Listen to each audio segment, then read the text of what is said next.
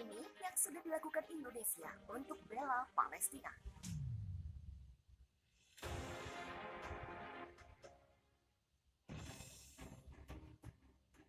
Dikutip dari tribunnews.com, Indonesia secara tegas menolak rencana aneksasi Israel ke wilayah Palestina. Saat pertama kali diumumkan rencana tersebut, Indonesia lewat Menteri Luar Negeri Retno Marsudi menjadi negara pertama yang secara aktif menggalang dukungan menolak rencana tersebut. Indonesia dikabarkan mendorong pertemuan khusus Dewan Keamanan PBB untuk membahas masalah Israel dan Palestina. Pertemuan yang diprakarsai juga oleh Tunisia ini membantu Presiden Palestina Mahmud Abbas untuk menjelaskan penolakan negeri itu pada peta damai Israel-Palestina.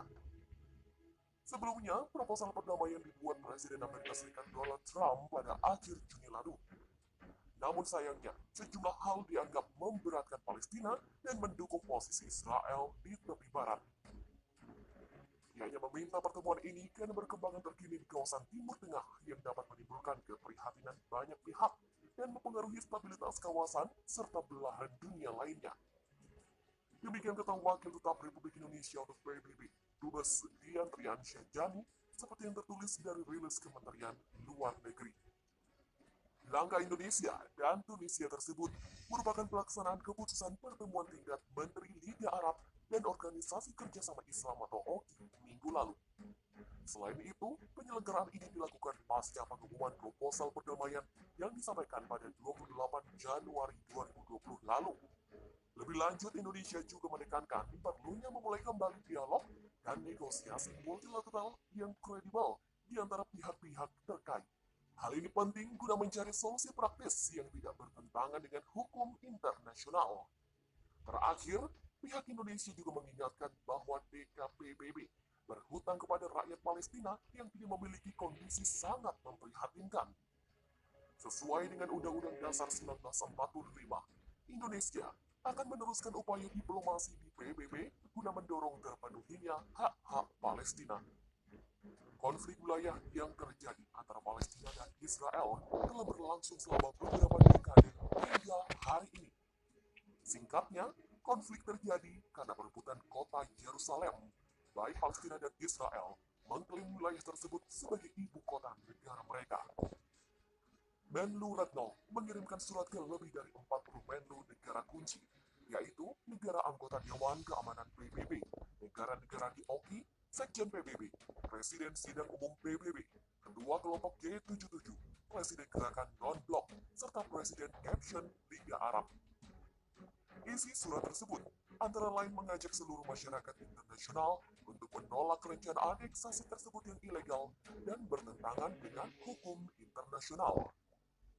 Demikian kata Menlu di webinar internasional yang diselenggarakan MUI. Menlu berujar hampir semua negara merespon positif ajakan Indonesia. Menlu Cina, Rusia, Jepang, Afrika Selatan, Vietnam, Mesir, Irlandia, Prancis, Malaysia, Tunisia, Arab Saudi, serta Sekjen PBB dan OKI.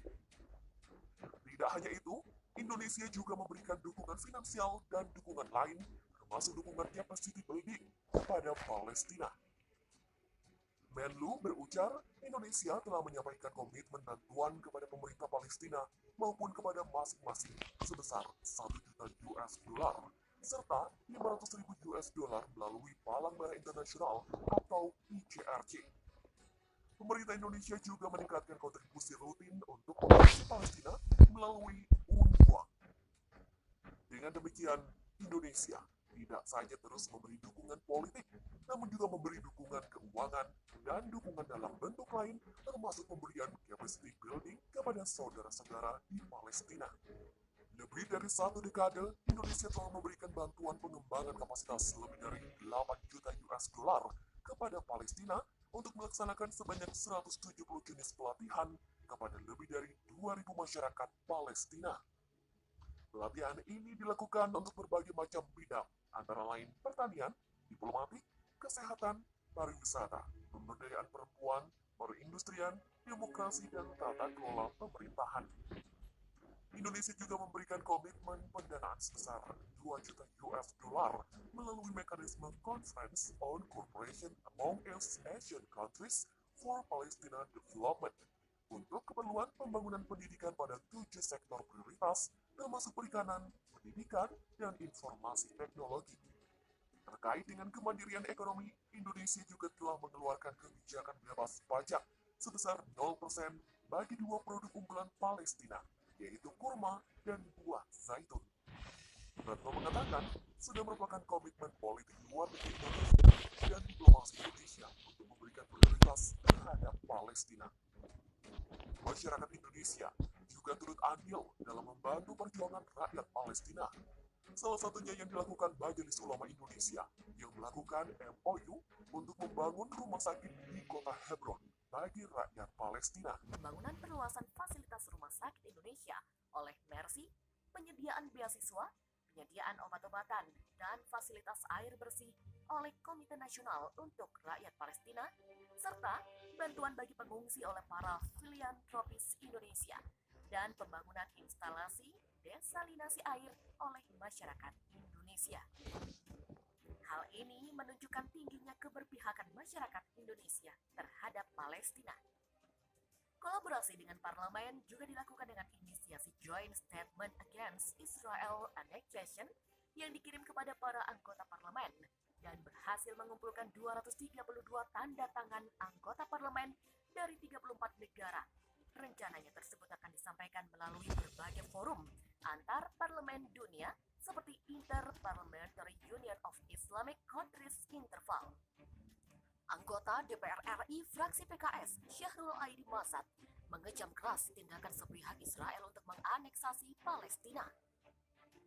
Sebelumnya, konflik Palestina-Israel dikabarkan kembali memanas sebab pasca kesepakatan koalisi Benyamin Netanyahu dan Jenderal Benny Gantz terbentuk, Israel berencana aneksasi sebagian wilayah Palestina di tepi barat. Syahrul meminta Indonesia bersikap tegas dan tidak hanya berkirim surat yang hanya menunjukkan formalitas belaka. Syahrul kepada wartawan mengatakan meminta Presiden Indonesia harus lebih tegas bersikap dan tidak hanya mengirimkan surat-surat formalitas yang sudah dilakukan sebelumnya. Hari ini, tindakan pengecaman tersebut harus dibarengi tindakan nyata dan membuat gerakan besar dan mendrive OKI untuk lebih berperan secara keorganisasian. Syahrul mengatakan Indonesia mempunyai hutang masa lalu kepada Palestina sebagai negara yang mengakui kedaulatan Republik Indonesia. Menurutnya, sudah sepatutnya Indonesia membalas lebih daripada itu. Dengan salah satu negara mayoritas Muslim terbanyak di dunia, Indonesia mempunyai seruan strategis untuk mengupayakan perdamaian Israel dan Palestina serta melawan segala hal yang merusak perdamaian tersebut. Lebih lanjut, Syahrul menilai aneksasi Israel terhadap wilayah tepi barat yang dipenuhi warga Israel di masa COVID-19 adalah kejahatan super mengerikan dan tidak tertandingi di bumi ini semenjak Perang Dunia Pertama. Penderitaan warga Palestina sangat memilukan dan bertubi-tubi dengan dua ketakutan sekaligus, yakni pandemi dan aneksasi. Inilah momen penting bagi Presiden Joko Widodo untuk membuktikan dirinya lebih nyata berbuat, bukan sekedar gimmick ke dunia internasional. Bahkan hal ini sudah sesuai amanat pembukaan Undang-Undang Dasar 1945 untuk membantu perdamaian dunia dan melawan segala bentuk penjajahan.